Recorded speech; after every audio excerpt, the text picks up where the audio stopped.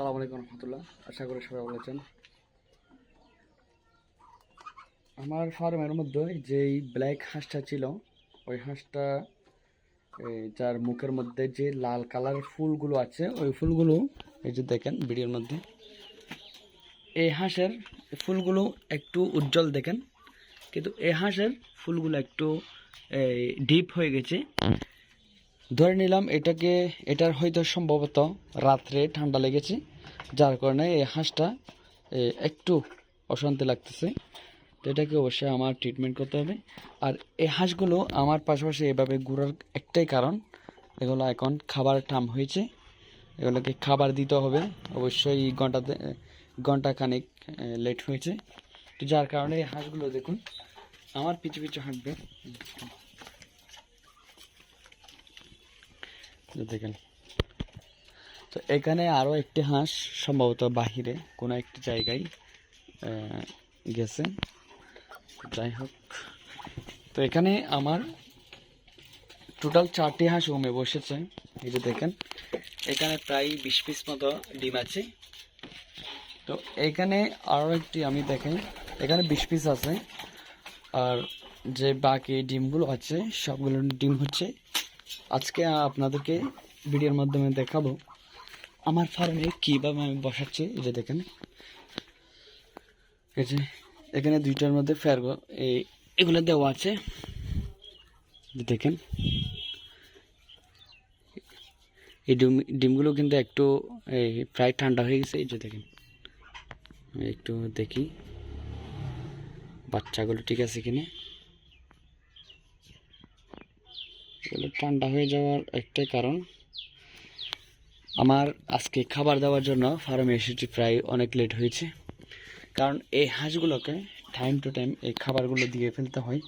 এখানে টোটাল ডিম আছে 19 পিস, সবগুলোতে বাচ্চা আছে। দেখুন, তো আমি যে খাবারগুলো দিই, এই খাবারগুলো আগে পানির মধ্যে দিয়ে খাবারগুলোকে একটু নরম করতে হয়। নরম হলে তারপরে এই খাবারগুলো এই হাঁসকে দেওয়া হবে। তখন প্রথমে আমার এই দুইটা হাঁসের জন্য এখানে আলাদা করে খাবারগুলো নিতে হয়। এই হাঁসের জন্য নেওয়ার পরে তারপর সব যে খাবারগুলো থাকবে সব খাবারগুলো ওইখানে দিয়ে দিব। যে দেখেন, এই যে প্রথমে আমি মোবাইলটা বামাতে দেবো। আমার দুইটি হাঁসকে কতটুকু আমি খাবার দিচ্ছি আপনারা দেখেন। তো এখানে এগুলো বন্দি রাখার কারণে এগুলোকে আমি খাবার একটু কম দিই, কারণ এগুলো যেহেতু দূরে না, বাইরে উন্মুক্তভাবে থাকতেছে না, তো এই জন্য সমস্যা হয় না। তো এই হাঁসগুলোকে এই যে দেখেন, এই খাবারগুলো এখানে যে খাবারগুলো নিচ্ছে এগুলো হচ্ছে দুইটা হাঁসে খাবে। কারণ এটা কিন্তু অনেক বড় একটা সাইজের, প্রায় 1 কেজি। এই পটের মধ্যে 1 কেজি খাবার আটে। দেখেন, এখানে আর বাকি খাবারগুলো এখানে দিয়ে দিচ্ছি। তো এগুলো একটু ভিজিয়ে রাখলে এই খাবারগুলো একটু নরম হয়, যার কারণে খেতে সহজ হয়, সুবিধা হয়।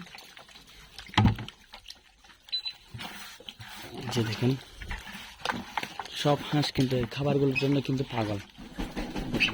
কিন্তু এখানে একটি ভুল হয়ে গেছে, আমি ওই জুড়িটা বন্ধ করি নাই। বন্ধ না করার কারণে এই হাঁস দুইটি কিন্তু এখানে একেবারে লাফ দিয়ে চলে আসছে। তো এই হাঁসগুলোকে কিন্তু আমার আগেই বন্ধ করতে হবে, কারণ এই হাঁসগুলো আমার এখানে ক্ষতি করবে। প্রথমে একটা বন্ধ করেছি, এখানে আরও একটি আছে, এটাকেও বন্ধ করতে হবে। এই যে বন্ধ করে ফেলছি। এগুলো কিন্তু যদি বাহির থাকে, মেল হাঁসটা আমার যে ব্ল্যাক ডায়মন্ড যে ব্ল্যাক হাঁসটা আছে, ওই হাঁসটাকে মারধর করে, যার কারণে এখানে আগে তাকে বন্দি করতে হচ্ছে।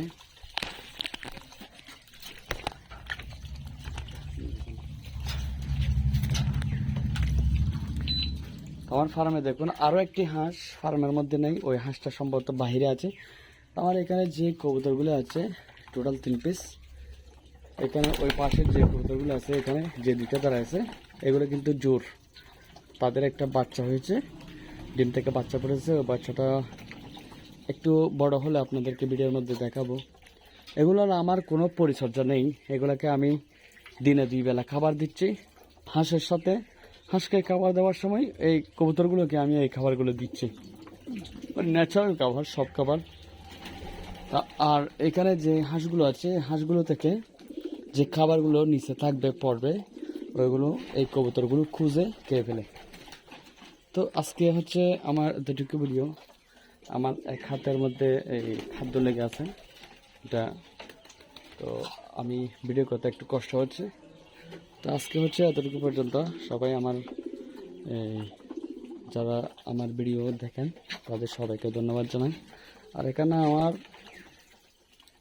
সবগুলো আপনাদেরকে প্রতিদিনই আমি ভিডিও আপলোড করার জন্য চেষ্টা করব। তো আজকে হচ্ছে এতটুকু। আসসালামু আলাইকুম।